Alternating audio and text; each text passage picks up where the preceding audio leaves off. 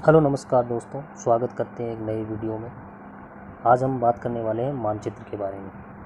जैसा कि आपको मैंने पहले ही बता चुका हूँ कि जो ग्लोब वाला जो अध्याय है, अध्याय नंबर 2, जो आपने नहीं देखा है तो आप वीडियो को देखें। उसमें आपको बताया गया है कि ये जो ग्लोब होता है उसकी कुछ सीमाएँ होती है, ग्लोब की कुछ सीमाएँ होती है। और जब हम पृथ्वी का अध्ययन करना चाहते हैं तब ग्लोब हमारे लिए काफ़ी उपयोगी साबित होता है। यानी जब हम पूरी पृथ्वी का अध्ययन अगर करना चाहें तो ये जो ग्लोब होता है ये हमारी काफ़ी ज़्यादा मदद करता है। लेकिन आज का जो हमारा चैप्टर रहेगा वो है मानचित्र।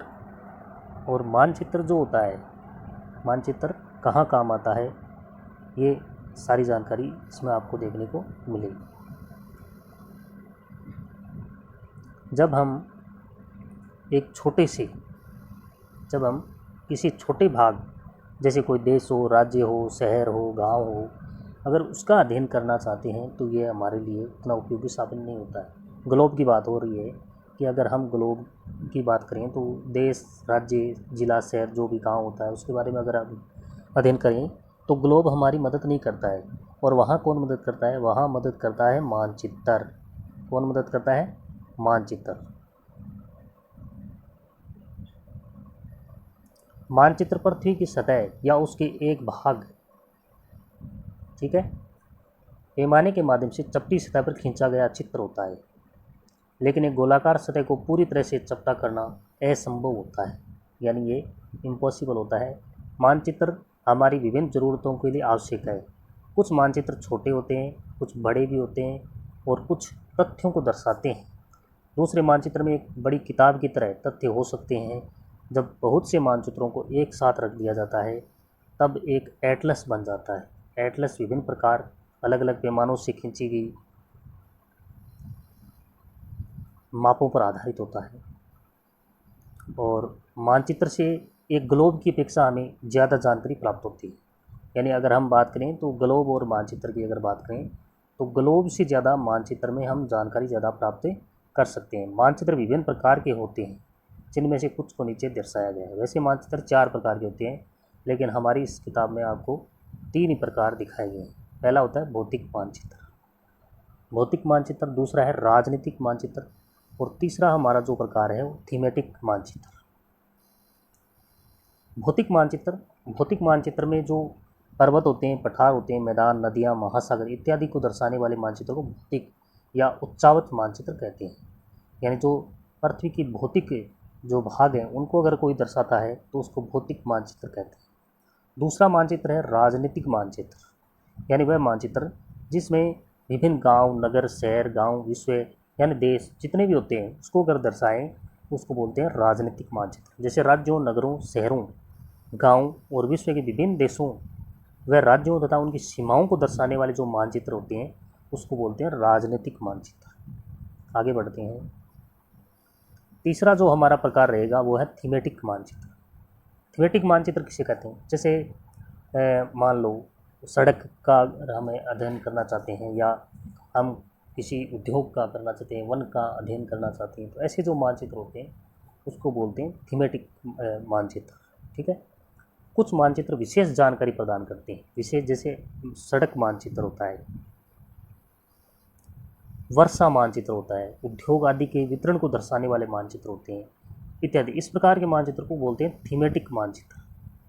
इन मानचित्रों में दी गई सूचना के आधार पर उनकी नामकरण किया जाता है। मानचित्र के 3 घटक होते हैं। एक तो होता है दूरी, दिशा और प्रतीक। दूरी, दिशा और प्रतीक। एक बात मैं आपको कंप्लीट कर देता हूँ कि जो मानचित्र होता है अगर हम उसमें दिशा का कैसे ज्ञान करेंगे, दिशा का कैसे ज्ञान करेंगे। जैसे हमारे सामने मानचित्र है, उसमें जो ऊपर वाली जो भाग है ये हमेशा उत्तर दिशा रहेगी। ठीक है, ये आपको आगे बता दिया जाएगा।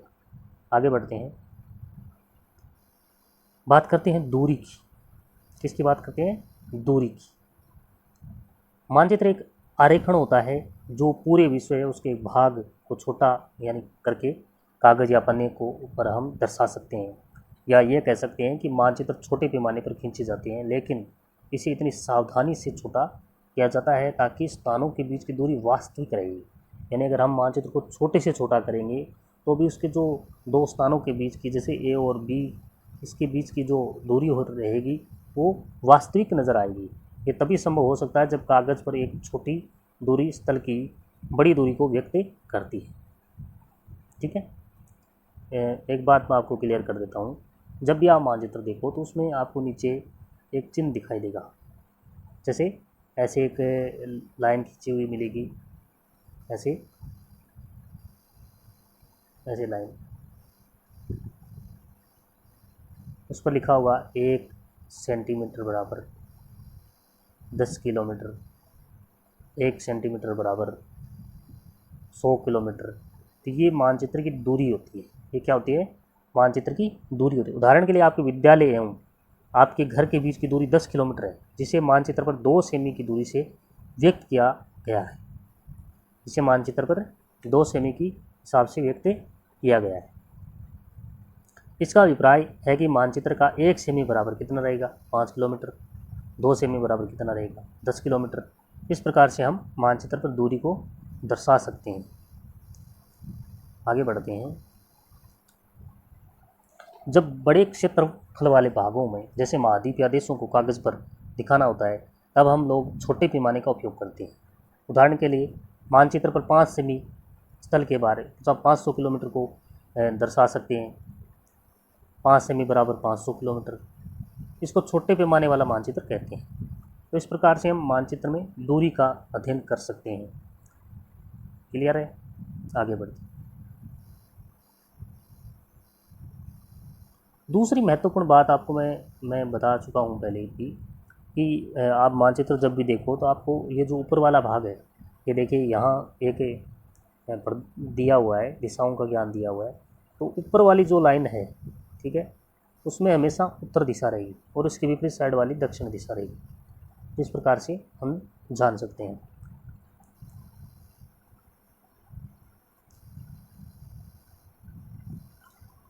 अधिकतर मानचित्र में ऊपर दाहिनी तरफ तीर का निशान बना होता है, जिसके ऊपर ओ लिखा होता है। यह तीर का निशान उत्तर दिशा को दर्शाता है। इसे उत्तर रेखा कहा जाता है। और जब आप उत्तर के बारे में जानते हैं तब आप दूसरी दिशाओं जैसे पूर्व, पश्चिम, दक्षिण के बारे में भी पता लगा सकते हैं। 4 मुख्य या उत्तर, दक्षिण, पूर्व, पश्चिम दिशाएं होती है। ये प्रधान दिक् बिंदु कहे जाते हैं। बीच की 4 दिशाएं उत्तर पूर्व है। तो जैसे ये जो बीच की दिशा रहेगी तो आपको मैं बता रहा हूँ, इस प्रकार रहेगी। ये उत्तर है, ये दक्षिण है, ये पश्चिम है और ये पूर्व है। मेरे हिसाब से बता रहा हूँ। और यहाँ देखिए ये जो दिशा है ये कौन सी रहेगी?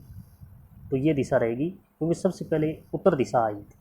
हमें सबसे पहले उत्तर दिशा का ज्ञान हुआ, तो ये रहेगी उत्तर पश्चिम दिशा, उत्तर पश्चिम दिशा। फिर इसकी अगर बात करेंगे तो आप ऐसा मत बोल देना कि पश्चिम दक्षिण दिशा। पश्चिम दक्षिण नहीं है, यह दक्षिण पश्चिम दिशा। कौन सी दिशा? दक्षिण पश्चिम दिशा। और ये दक्षिण पूर्व दिशा और ये उत्तर पूर्व दिशा। तो इस प्रकार हम दिशाओं का भी ज्ञान कर सकते हैं।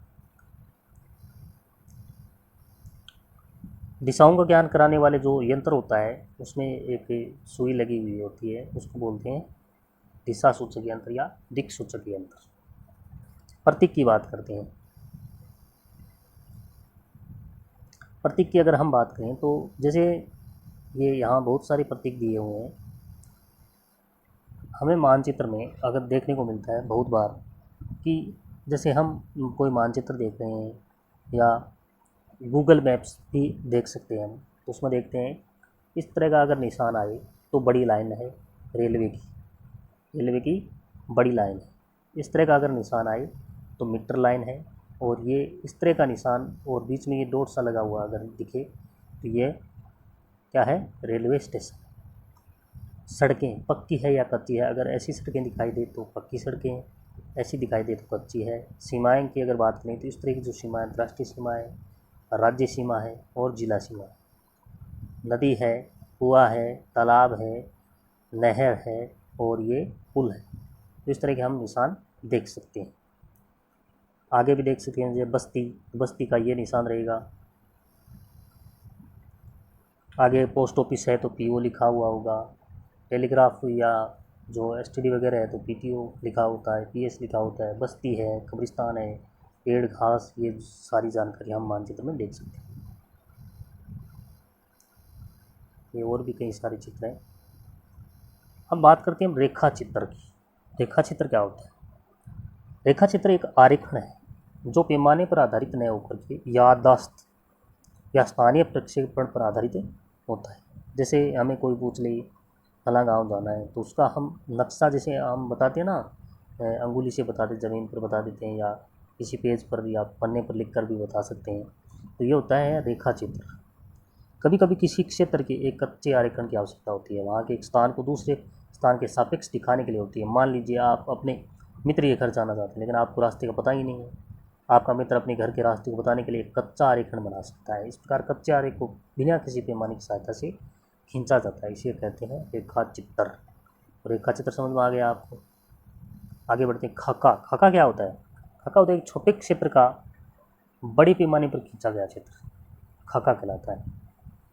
कोई भी छोटा क्षेत्र है उसको बड़ी पैमाने पर खींच लिया जाता है। एक बड़ी पैमाने वाले मानचित्र को बहुत सी जानकारियाँ प्राप्त होती है, लेकिन कुछ ऐसी चीज़ें होती है जिन्हें हम कभी जानना चाहते हैं। जैसे किसी कमरे की लंबाई चौड़ाई की अगर बात करें, मानचित्र में नहीं दिखा जाता, उस समय हम लोग बड़े पैमाने वाला एक रेखा चित्र खींच सकते हैं। ठीक है, आपको ये अध्याय कैसा लगा? अच्छा लगा है तो लाइक करें, चैनल को सब्सक्राइब करें। आगे भी इस तरह के नए नए वीडियो आपको लेकर आएंगे। तो ये आपके प्रश्न है, या आप प्रश्न कर सकते हैं। ठीक है, जय हिंद, वंदे मातरम। धन्यवाद दोस्तों।